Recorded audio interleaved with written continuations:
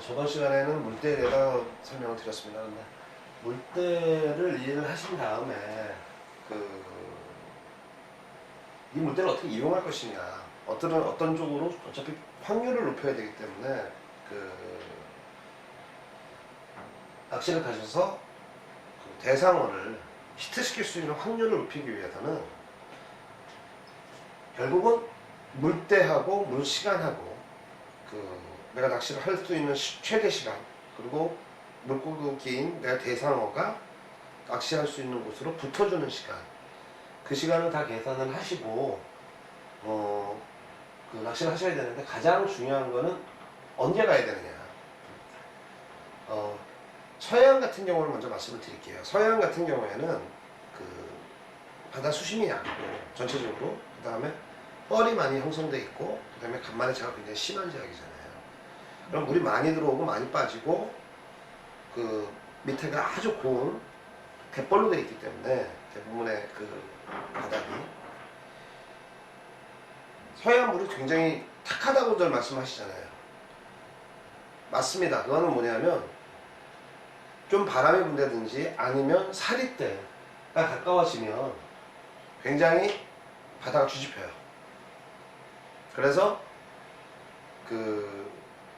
갯벌이 주는 영양분 때문에 굉장히 많은 생명들이 살아갈 수는 있지만, 반대로 낚시를 하시는 분들 입장에서는 고기가 미끼나 이걸 인지하기가, 시야가 워낙 나빠지기 때문에 인지하기가 굉장히 나쁩니다.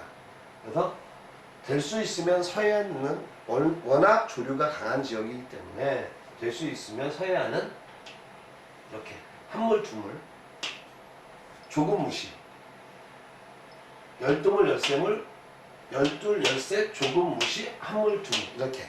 이럴 때는 대부분 조금 물대에 가깝죠. 조금 물대에 가까운 조금 물대에 낚시를 가시는 게 좋습니다.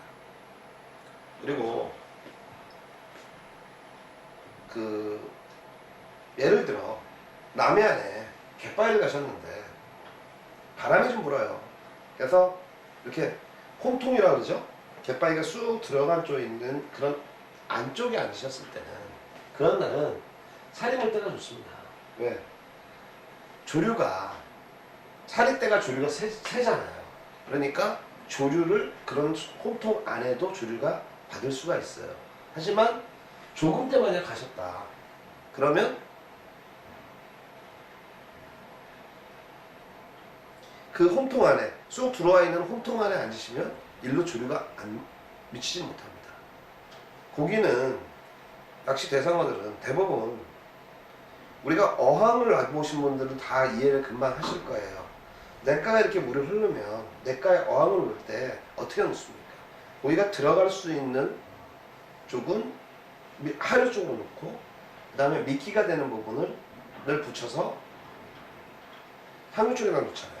그래야 어항에 고기가 물을 거슬러 다니기 때문에, 상류 쪽으로 거슬러 다니기 때문에 물 흐르는 반대 방향으로 거슬러 올라가기 때문에 어항에 들어가잖아요. 똑같아요. 바다도 조류가 흐르면, 조류 흐르는 걸 고기는 거슬러 다닙니다. 그래야 우리가 밑밥을 치든지 뭘 했을 때 그걸 계속해서 조류를 따가 흘러가기 때문에, 그거를 조류를 받고 오는 고기가, 대상어가 결국 그 밑밥을 먹어보면서 계속 밑밥이 더 많이 흘러오는 쪽으로 붙게 되어 있는 거죠. 같은 원리예요. 그래서 조류가 받는 지역, 조류가 없는 곳은 낚시가 잘 안 된다 생각하시면 돼요. 조류가 받는 지역에 가서 낚시를 해야 되는데, 그래서 갯바위 낚시를 그렇게 많이 하시다가, 갯바위는 조류가 받는 시간이 적잖아요. 적다 보니까 포인트도 한정이 돼 있고, 그래서 선상 낚시를 하는 거예요.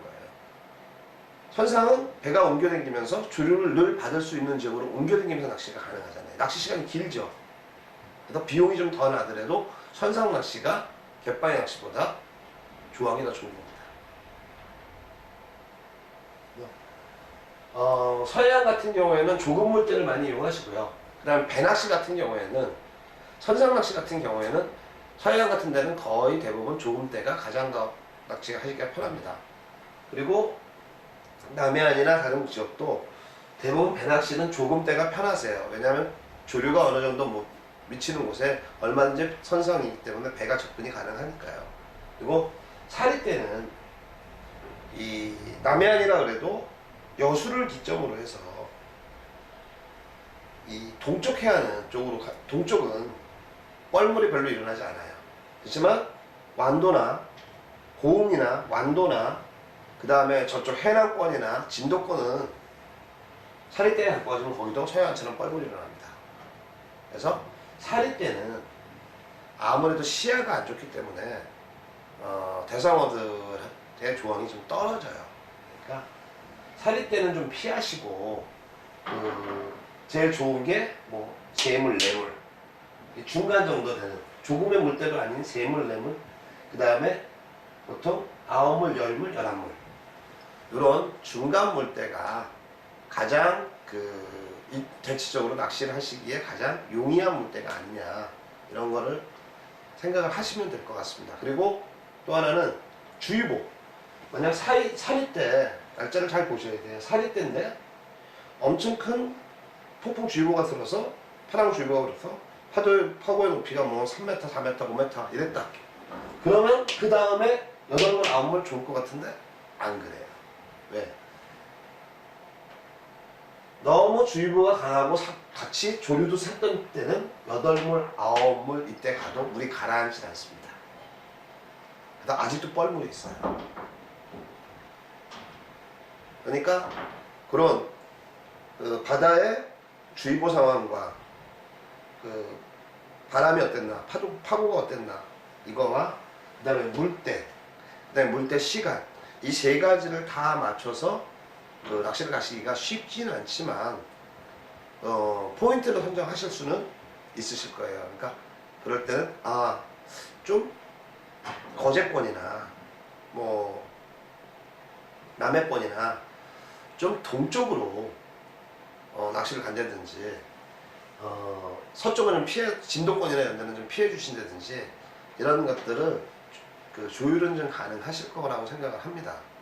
그러니까 그런 점들은 제가 일반적인 예를 들어서 말씀드린 거니까요.